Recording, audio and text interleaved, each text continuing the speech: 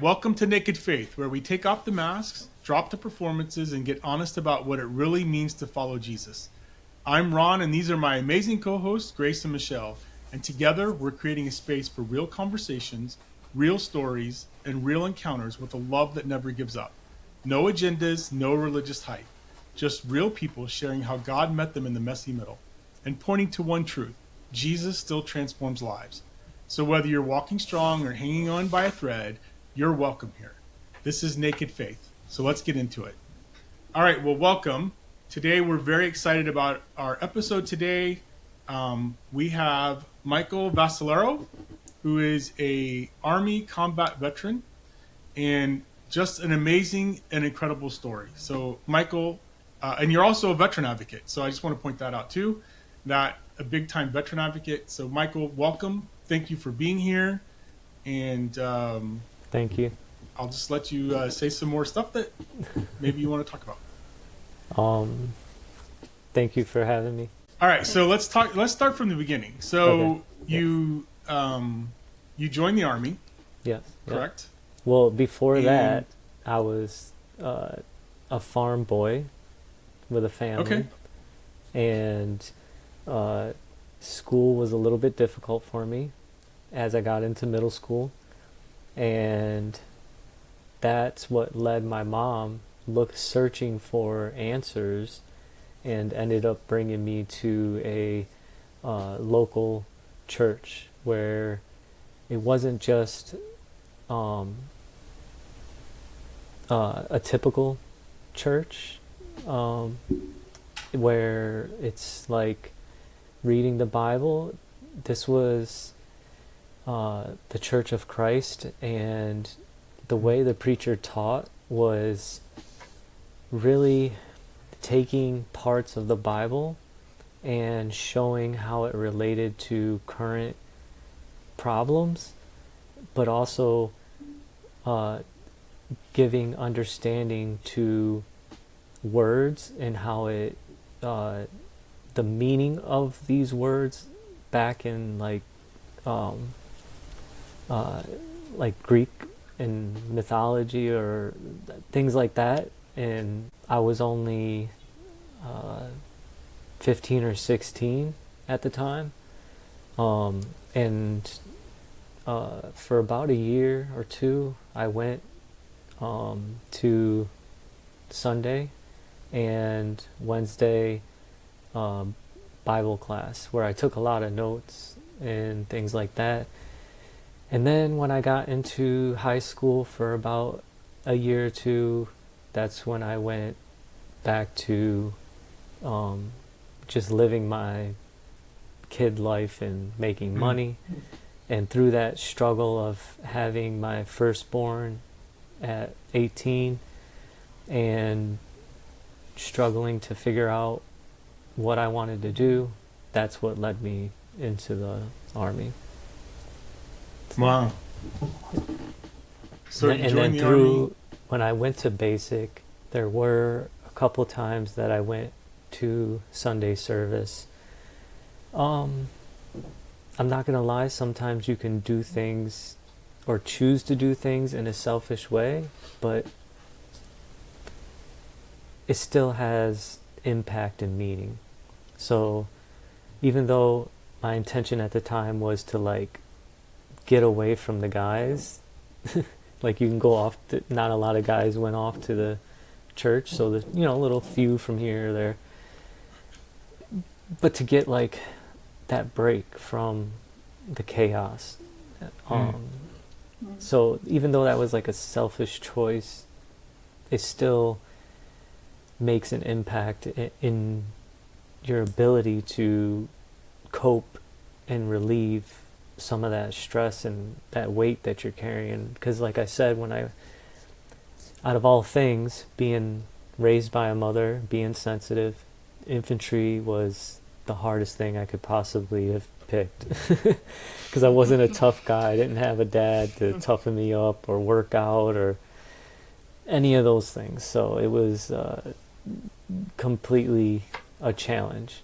And then when we ended up getting all the vaccines I did end up getting very ill, high end of 104 fever, and I ended up in sick bay for like almost a week out of basic, and after that is when that's when I chose to go to the Sunday service and stuff, because everything just was chaotic, and I didn't want to be there. And it's not a place where you can just turn around and say, I mean, you can ruin it, but then it's like you walk away with shame and a title and dishonorable discharge. And I didn't want that for myself, so I just kind of figured out how to get through that. So even though I didn't like practice reading the Bible, I mean, there's times where you dabble in little things like scriptures, things like that.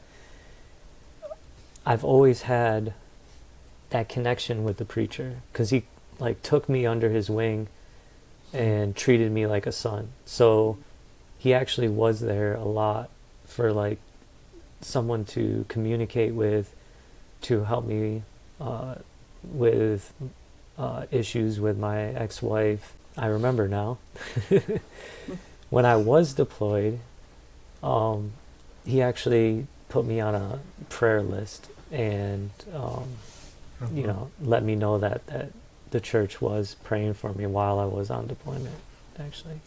And I just remember that's crazy, but yeah. Wow. Sorry. So this is unrelated, but do you remember what vaccination got you sick? I don't know which one, honestly. I just know I got very ill, and I missed like a week's worth of training. Yeah, because they only give you like 500 in one day. You know, so. Yeah. It was in the very beginning. Yep. Yes, I can relate to that, because that didn't change. Trust me. Okay, so you graduate basic training. Yep. And where were you stationed? Where'd you do your basic at? Fort Benning, Georgia. Yeah. Fort Benning, Georgia. Oh, and in the hot South too. Well, it was actually cold. January. Oh, because you went in the winter. It was the height of the winter, yeah. Because if you know, some of these southern states don't really get that cold until January, like the end of January. There was actually thin layers of ice on the ground while we're in our short sleeves and t-shirt. And one of the biggest things, because you learn a lot of different things about the human body and the stuff that you can put it through, but when we would go to our ruck march, you would wake up at like 2:30, 3 o'clock and get ready for your ruck march, and it would be ice cold, freezing, and the drill sergeants would tell you, like, don't be dumb, do not put long sleeves on, do not put your undershirts on for warmth, because sure enough, within like an hour into your ruck march, and you could see the steam coming off of the soldiers, but you'll get heat exhaustion in the cold. Wow. Because of your body heating up from the activity, and you'll actually overheat and get heat exhaustion. So you gotta like endure the cold, embrace it until you in it long enough to warm up. Wow. Yeah. Wow. Interesting. Yeah. So then you graduated boot camp, and then did you get deployed right away? Well, I guess first let's add context. When did you join the Army? January 2008. January of 2008. So in the height of the Iraq-Afghanistan war. Yes. Yep. Yeah. And what's kind of crazy, just to jump ahead a little bit about detail, our sergeants had already been on a previous deployment, so they already had the experience, and even they have said during the deployment and even after that our deployment was 1,000 times worse than what they've ever experienced, because there's certain little variables that can be hard on the body physically and emotionally. Yeah. So, because like the mix of things. So like Yeah. when they first pushed in, it's like you draw a line in the sand, and anything forward is your enemy. You shoot and you don't ask questions. In a way, that's good, because when you're fighting, you get to relieve that anger and that buildup in you, and you almost feel rewarded and accomplishment if you can overcome that threat. But in our deployment, it was win the hearts and minds, and you're not allowed to shoot back. I mean, you would have to go through a whole escalate. Like, we got sniped at, blown up, and not one time were we able to hunt people down for it. Wow. And then the other aspect was, when they did the initial push, they were pushing urban areas. So when they would take over territory, they would take constructed buildings, where when we got there, they just threw us out into the middle of a field, and we were filling sandbags and sweating in the hot sun and trying to survive. Like I mentioned, is when you're in an urban environment, they hit you with mortars, and those are like, the Nerf balls that they used to have. They're like this size, and they drop it in a tube, and then they can launch it over a building or whatever. But because we were in a field, they were launching rockets, and I sent you some pictures, but you'll see me standing there, and there's like the size of a car length rockets that they would, put on a angle and launch in at us. Yeah. So it sounded like jet planes flying in at us. While you're filling the sandbags? What's that? While you're filling the sandbags? Well, yeah, everything was chaotic. Wow. Yeah. They had us filling sandbags in between missions and everything. So there was it was just complete exhaustion. Because we had to build it up, and like I mentioned, is support would not come in until we built it up enough for them to come. So there was a chunk of months there that we were doing everything, pulling security, doing the missions, feeding ourselves, building the tents, filling the sandbags, there was no time to yourself. Yeah. Yeah. Yeah. And how long were you deployed for? A year? For a year, yeah. Minus, Wow. The few weeks that it takes to get there, the few weeks to get home, and then the 2 weeks that you get to come home for leave. Wow. Yeah. That's crazy. So what happened then? Like, you were sharing some stories before about life or death moments that happened while you were on deployment. Yeah. So the rocket attacks, there was one earlier rocket attack where we were setting up the truck. So every morning, every evening, I was a 50 cal gunner during the day, and then most of the time I was a driver at night.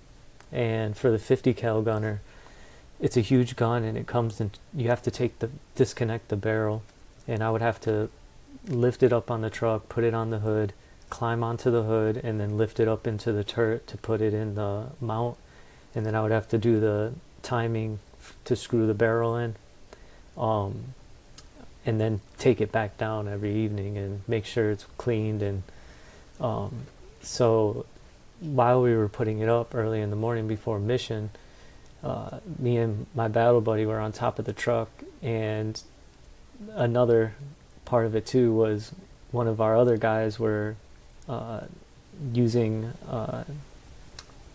the toilet, and within this time, a rocket flew in right over our head, and like 100 meters away, and hit the surgical. It actually hit the surgical tent. So the T-wall fell over. It put a hole in the ground.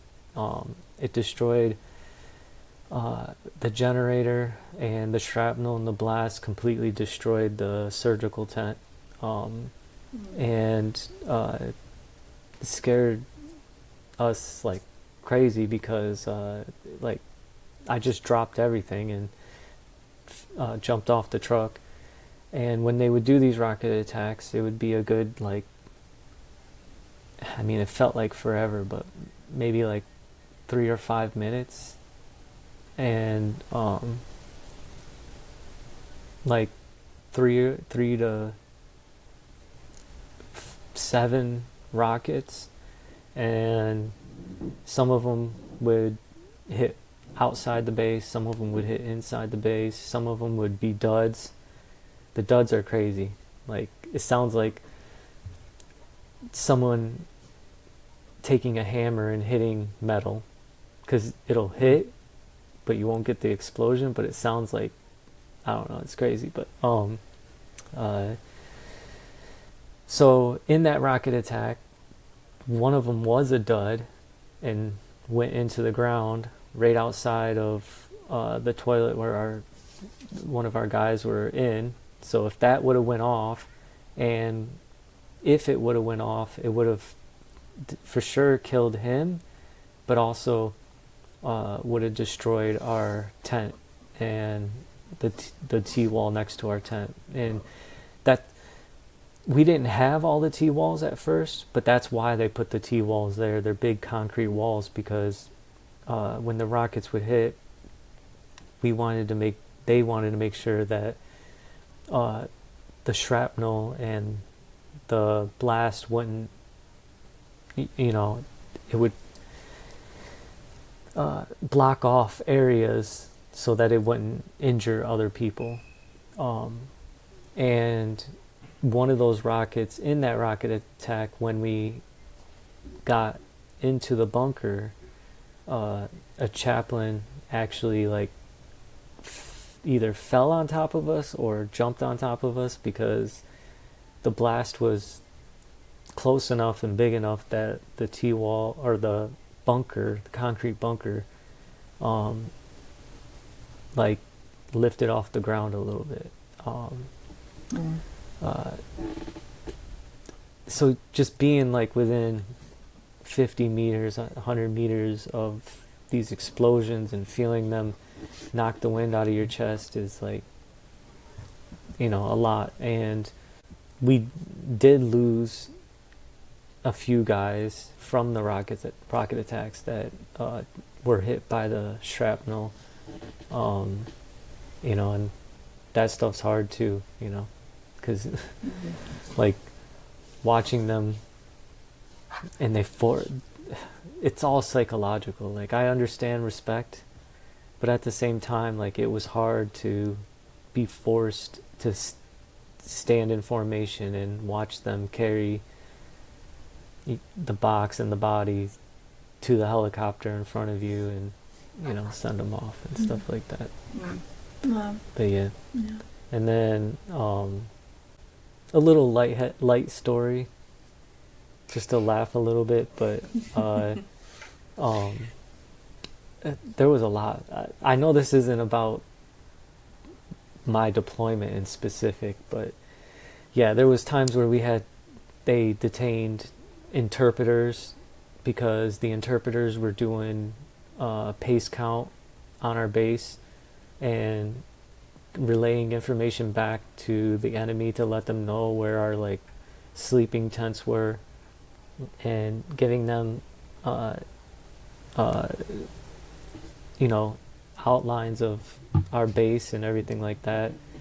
Some of them were arrested for the very same Iraqi police that we were giving them equipment and giving them training were actively working with the enemy to launch rockets in at us. So the light story is when the cooks finally came, because at the time, women were not allowed in the infantry. So it's all men, or even the tanker, or, combat. And until support comes, which is the cooks, the engineers, things like that is when the women come. And they finally set up a tent for the chow hall, and they had these fold out tables, and rockets started flying in, and me and my battle buddy had to tell the women soldiers to run to a bunk. Like, they couldn't conceptualize that when rockets are flying in, you got to get up and run to the, like, that's your best chance to survive, is to run to the bunker. And they were hiding under the folding tables, screaming and crying. And like, when you're infantry, the only thing you can do sometimes is like dark humor, like laugh about it. I know it's not something to laugh about, but it's like, you're not going to survive under those tables. Like, you got to get up and run to the bunker. So what was your relationship with your faith, or like, did you had pray at any point at this time, or like I said, I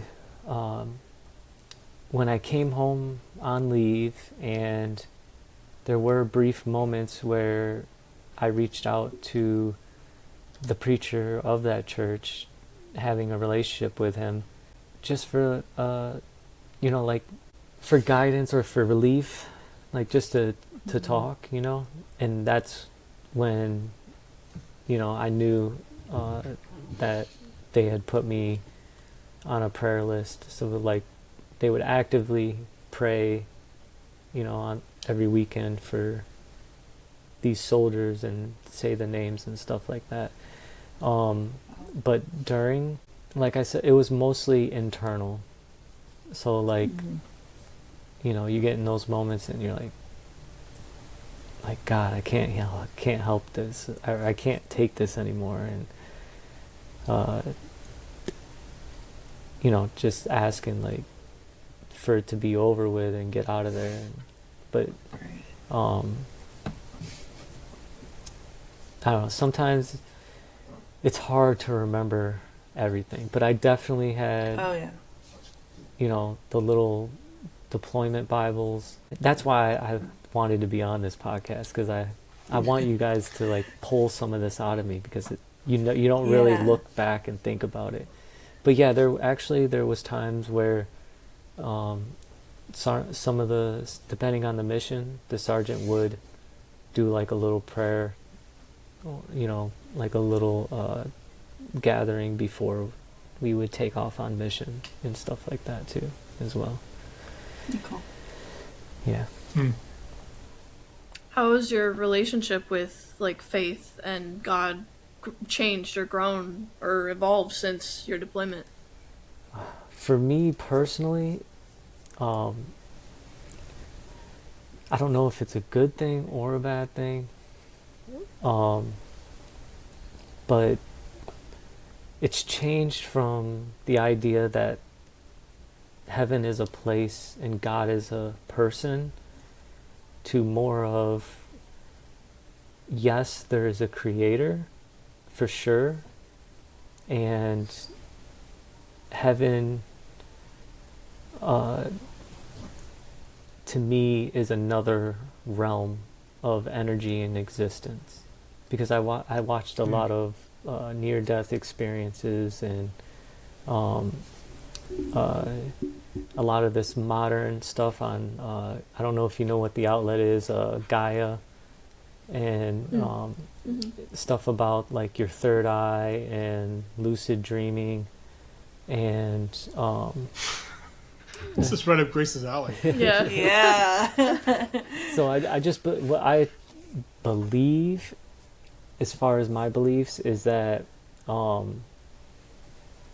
energy transforms. This is a vessel, and there's a gateway that you can access, or after you leave this place, and that it may or may not be so much about good actions or bad actions, but more or less good energy and negative energy. And negative energy keeps your spirit and your soul stuck, and positive energy is like a release and a gateway to something bigger. So that's kind of like the easy way of explaining it to me. Yeah. So is like prayer part of your like daily practice, or is it like a meditation, or what do you do? See, so that's the thing is like with modern functional health, if I was to say it in a religious way, yes, I pray. But in a modern functional health way, I just am applying principles where I witnessed and learned a lot of these things where like they were showing a Chinese scientist or spirit person showing that like he had rice and plants, and they did this experiment where you ignore one, you verbally abuse the other, and then you say prayer over the next, and how it changed the way it grew, the plants grew, and it changed the way the food would die or stay alive. The same with snowflakes and water. So not so much prayer like to a God, but like saying words and affirmations upon food, water, and internally. So every night, to help me with going to sleep, I go to sleep with affirmations playing on my headphones. And with the functional health is like believing, telling yourself like, you know, I am going to heal. I can heal. I will get better. I will get stronger. Things like that. A lot of internal talking and affirmations and motivation and things like that. So yeah. And like they say that God says, I created you in my image. What I believe from that is like that we have the same, we can be all gods ourselves. And we have the ability to think and be creative, and through that thought and creativity, manifest it and bring it into existence. And understanding that power and recognizing that power is crazy to me to think. You know, like you see it even in movies and things, right? People or stories where they think these things up in technology, and you can literally take that power and create it, you know. Yeah, I don't know. Yeah. I think what I think is interesting, I haven't told many people this, but is like the idea that like when you're born there's a flash of light, and like we're made of elements and energy, and thoughts are energy and elements. It's electricity, and like the idea that when like I believe space is a realm we cannot enter that realm in physical form. But the reason why people near death experiences see what we think is space, I think there's like a relation and correlation to like when stars are born, and when like I don't know. I believe like we become something bigger outside of us, for sure. You know? I definitely get that. Yeah. That's great. This is like up our alley. All right, I gotta confess, because like, you know, we started this conversation several weeks ago amongst the three of us about, you know, it started out as a study on Mary Magdalene and what was her role in everything, right? And this has kind of led to a whole different awareness of and I don't even want to call it a sect, but a whole different awareness of Christianity that really resonates with me, right? And something you just said really kind of resonates with me, and I'm going to liken it to like as a Buddhist concept of enlightenment, right? And what does that mean to be enlightened and still, like be a believer that God, the creator, exists. There is a spiritual realm that is working against us. And like you said, the image, right? I mean, that invokes a whole discussion of things of what does that really mean when we read that in the Bible, that, we were made in the image. And some people say, oh, well, that means we look like God. And, others say, oh, that's because he breathed life into us. But I think I know where you're going when you say the image of, and it's the essence, right? Which means that we have the divine energy within us. Yeah. Yeah. And that right there, I mean, that proves that the other side of the spiritual stuff is just as real. Like, how did we get so far from that? Well, because of all the negative, like all the distraction, all the weapons that are forged against us to distract us from that. To like I mentioned, is to go through the things that you go through, and not like I ask myself, how could the government not tell us and beat it into our head that we have the tools, we have the power to heal from this?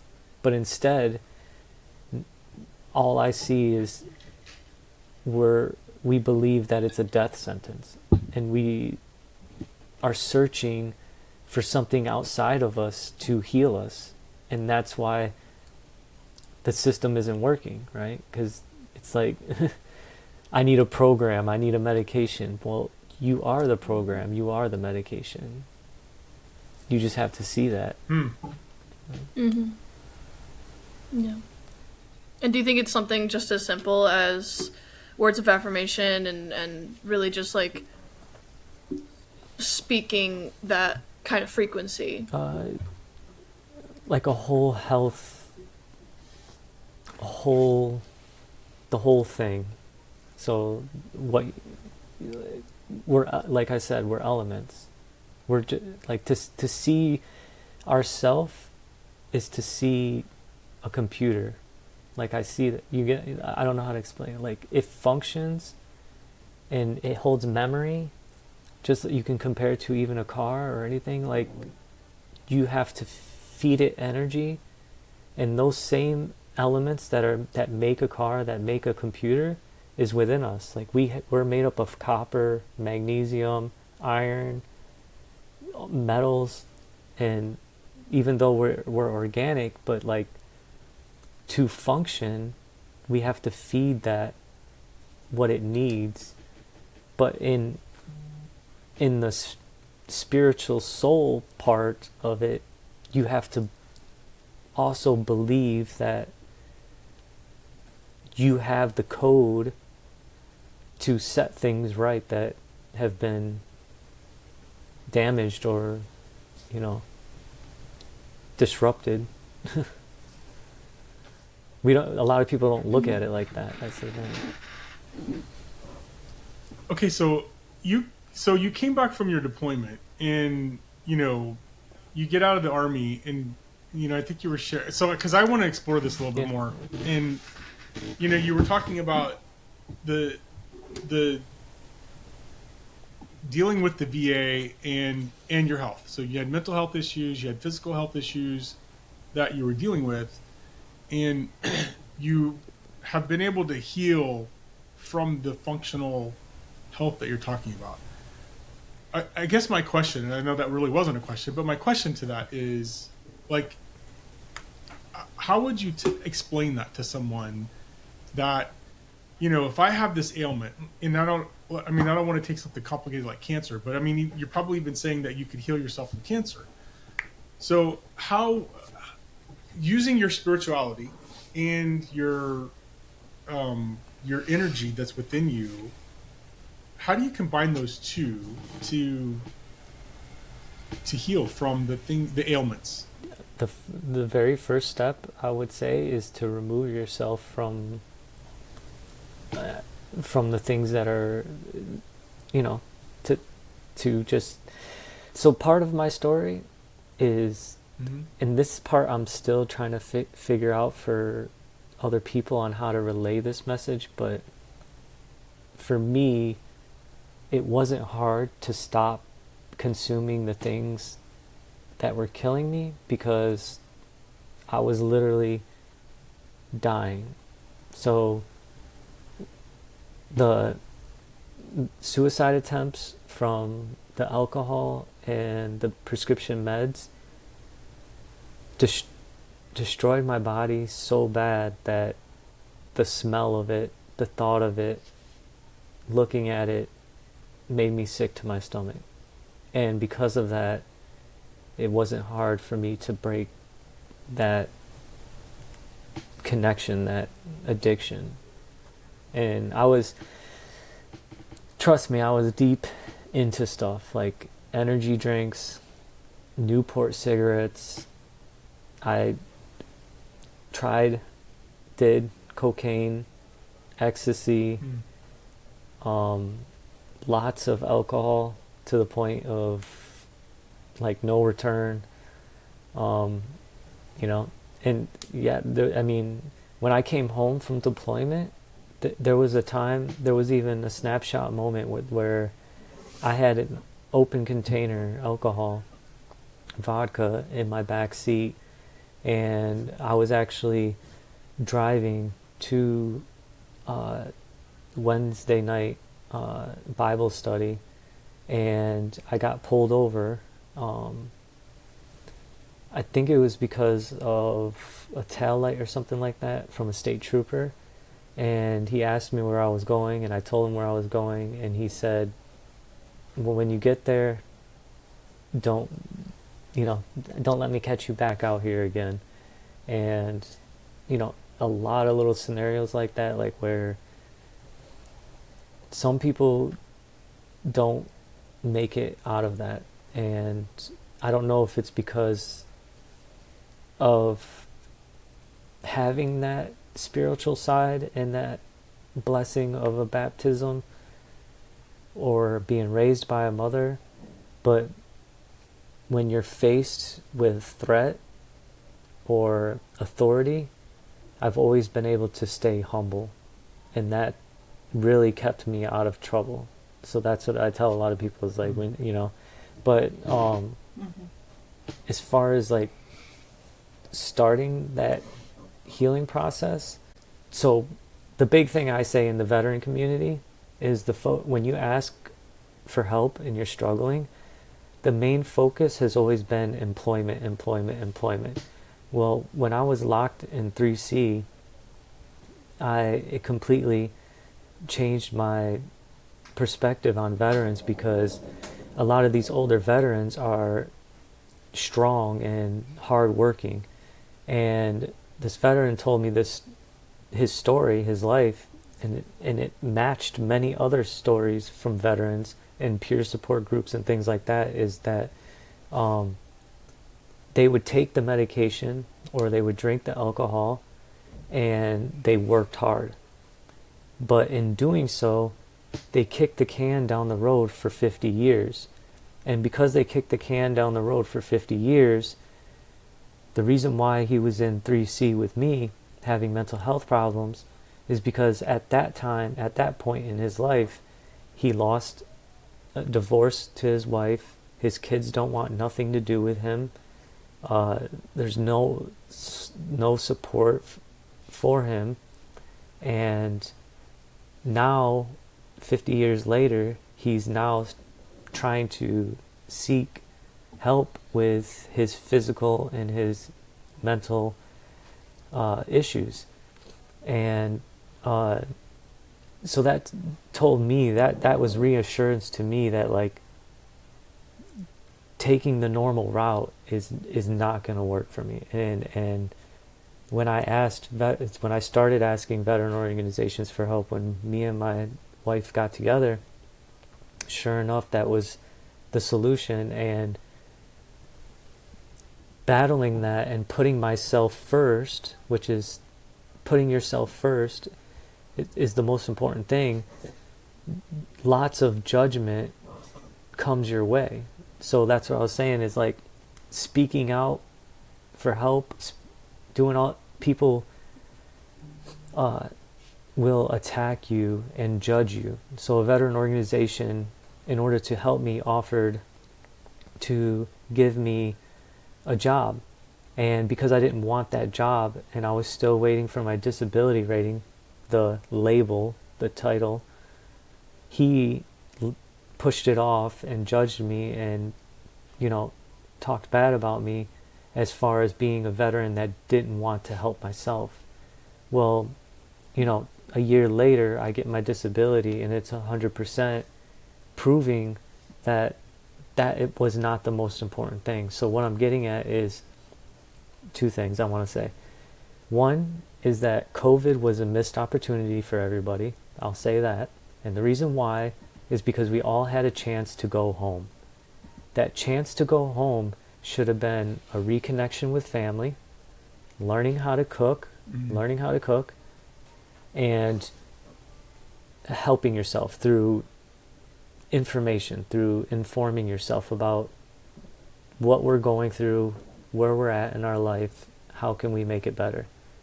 And instead, we all threw complaints and wanted to get back to work. And there's a second opportunity coming, and that is when AI and robots come. And I hope that us as a society embraces that, because that's what needs to happen. My message is that there's way too many people in the health industry, in the hospitals, in the police, in all these different places of authority, judges, they're unhealthy. And when you're unhealthy, you make impulsive decisions, you can't think clearly, and you may be fooling people, but you're not fooling somebody like me who has had to do deep thinking and deep healing, and to understand that there's a huge effort and time that you have to put in to become empathetic, to become patient, to become understanding. And I've been on both sides of the coin. Like, I've been impatient and very impulsive and, want to overreact. And so what I would say, number one, is if you can get your full disability, do it through documentation, through testing, epigenetic testing, blood, DNA, gut microbiome. And the reason why is it gives you an idea of what you are dealing with. And what I have documented through my journey is that it takes that's what I was going to say, is that two things. When I did get locked up at 3C, I was able to get myself out of there immediately, to where the doctor pulled me to the side to a separate room, and he's like, look, I might lose my job over this, but I'm going to do whatever I need to do, and we're going to get you out of here immediately. And the reason why is because I was telling him that this is punishment. This is torture. Like, you guys have it all wrong. Like, you think that you're helping people. This is literally torture. I said, when I go to sleep at night, I listen to affirmations. I use ice packs and heating pads to shock my sympathetic nervous system. When I avoid certain things in my diet because I have a celiac marker in my DNA, and I have to avoid gluten. I went off this whole list, and I said, if I refuse to eat the food, you're going to say that I'm not being cooperative. If I tell you that I'm dealing with pain, you're going to offer me medication. I said, you're keeping me here. You are literally torturing me. And I said, if I have to be loud about that and tell everyone, then I'm going to do everything that I can possibly do to do that. And he's like, you're right. And in doing that, made me realize something, right? Well, if I care that much about myself, then doesn't that prove that I'm not suicidal or homicidal? So, but like, what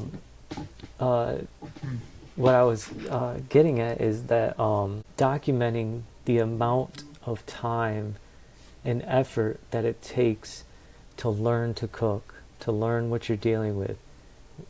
This is what we have to do as a society, is restructure the way that we live our life. And when you understand that and you can lay it out for the doctors, I don't have time to work, because my pain management, my survival consists of daily lifestyle actions.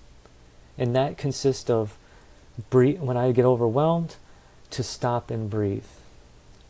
When I need to eat, I need to cook my food. That means I'm not microwaving my food. When I have a set bedtime, like even right now, I know I'm going against my own beliefs, but as far as a daily activity and standard routine, that's a requirement. Sleep, breathing, food, to incorporate a routine where every minute is to heal yourself, is to deal with yourself, proves that you don't have time to work. Because you got to put in the time. You have to put in the time. But then, like I said, well, how would we all... That's so great, Michael. That's such a great thing to say and project, right? How would we ever make that happen? Well, here's the thing, ready? These rich people, for one, money's just printed. That's the first thing. It's a made-up system. Two, if we do believe the money system, they have so much money that they could literally make everyone millionaires. Three is there's more than enough.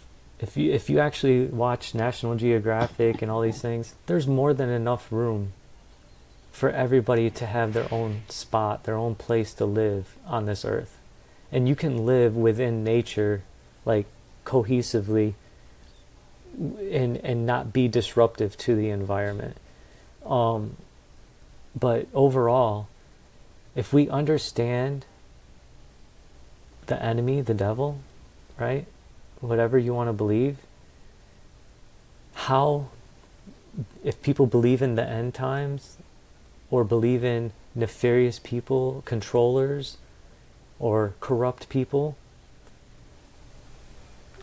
they have done so much damage, and they have affected so many people on every aspect, that we are 100% victims. Every single one of us in America are victims. And when you understand that, that's why they're fighting so hard for things to not come to light, because what comes after it becomes visible? Accountability, lawsuits. Well, right there is your, what do they call it? Your universal basic income. Yeah, well, the money needs to be redistributed so that with technology, everybody can go home with knowledge and money and start healing ourselves. To go to that next great awakening where we live to heal, to be connected, to better our society, because they owe it to us. Because there's way too many deaths that are happening way too early, and it's a direct result of the poisoning, the lies, and this is literally, you literally have to be evil. And people have told me the opposite. They've said, Michael, why do you care so much?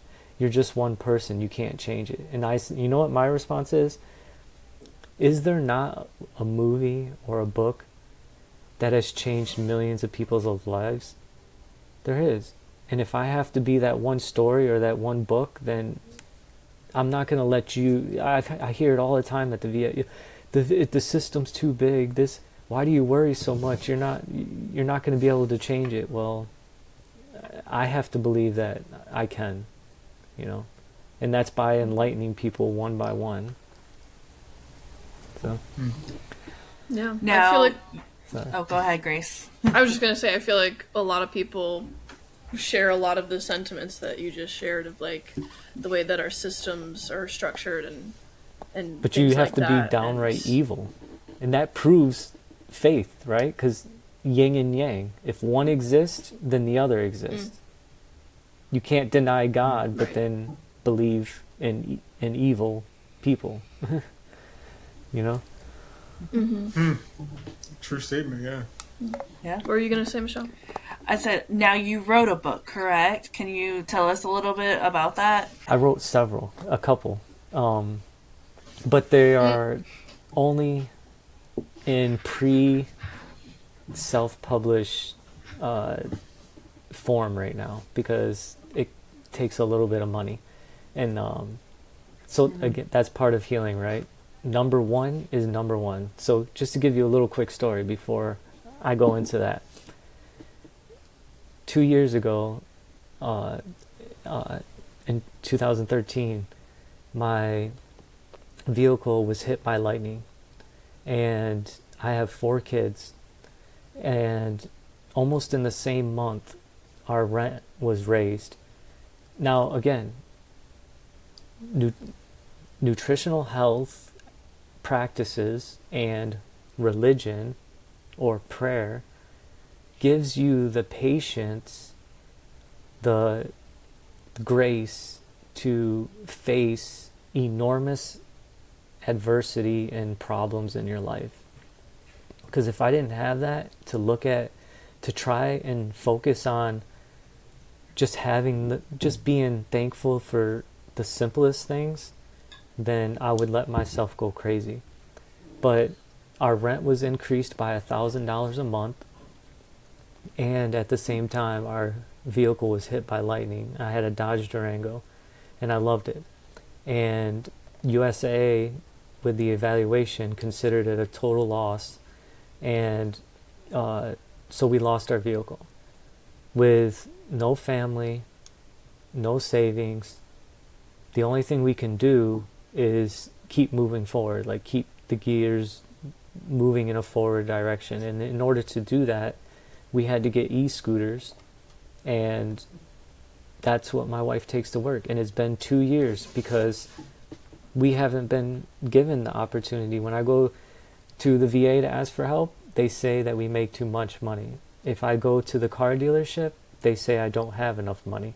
And I'm like in the middle somewhere, because we don't get food stamps, we're not on housing, any of that. So what I'm getting at is I could easily change this situation by taking the free medication from the VA, by getting food pantry food, and by changing my lifestyle.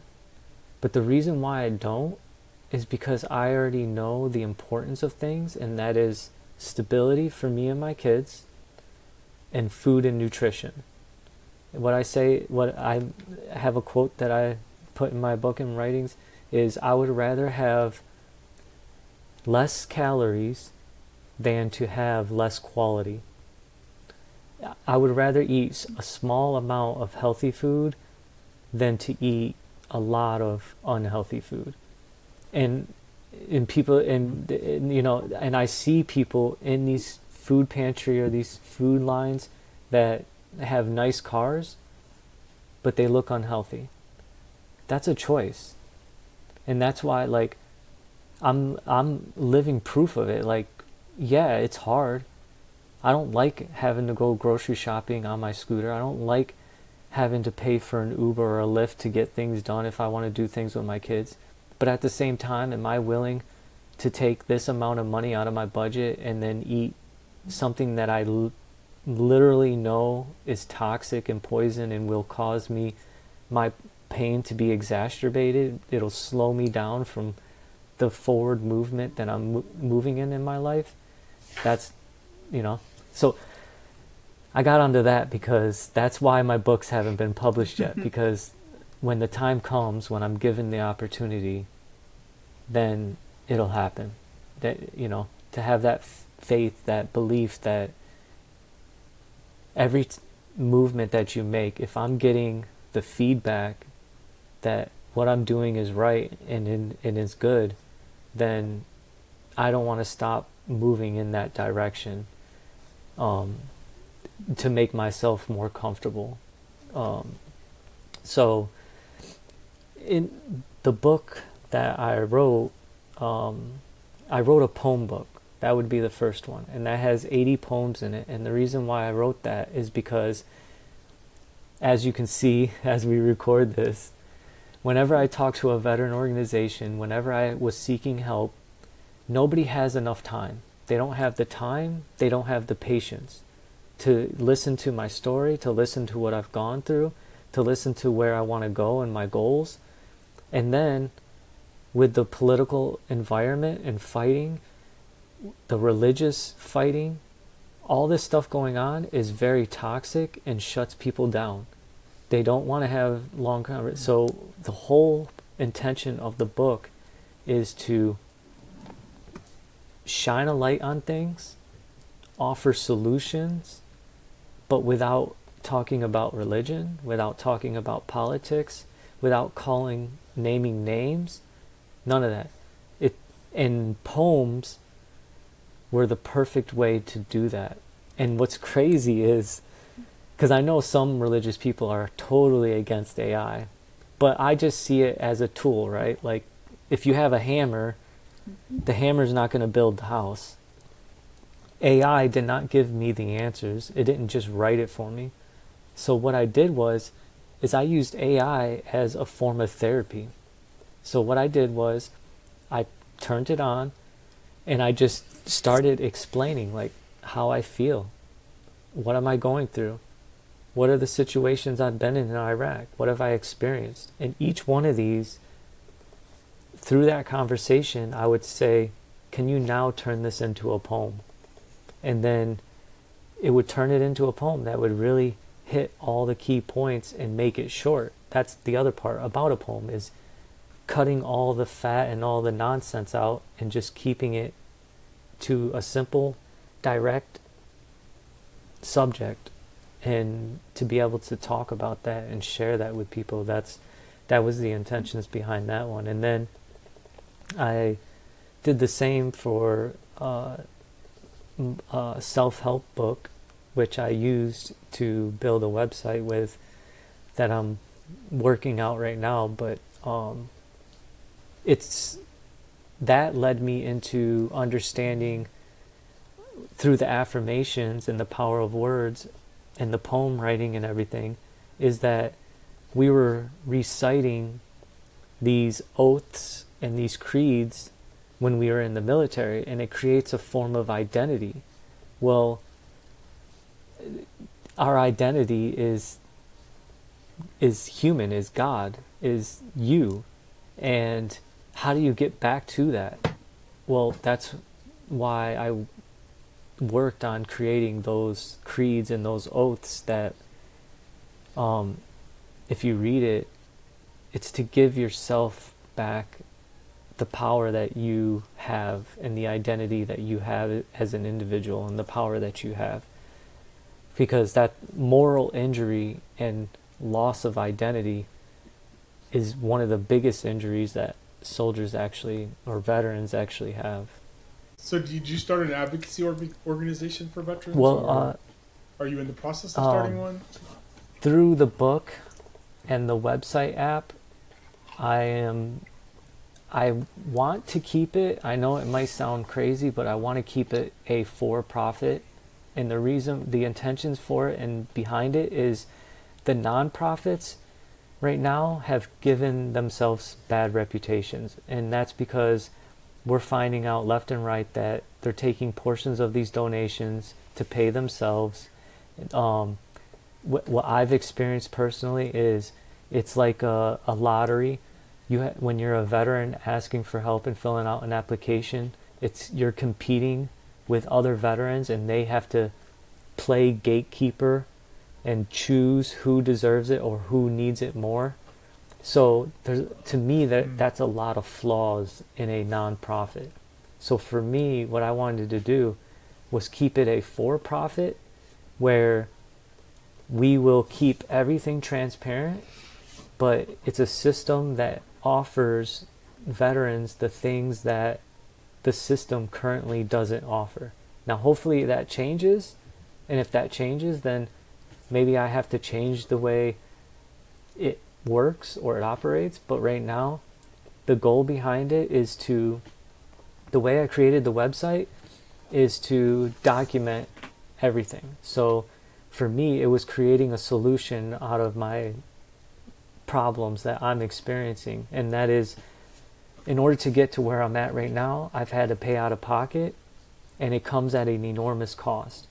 So air filters, well, I mean, if you have heavy metal toxicity, if you have disruption, you shouldn't be drinking out of tap water without it being filtered. You shouldn't be taking a hot shower in it.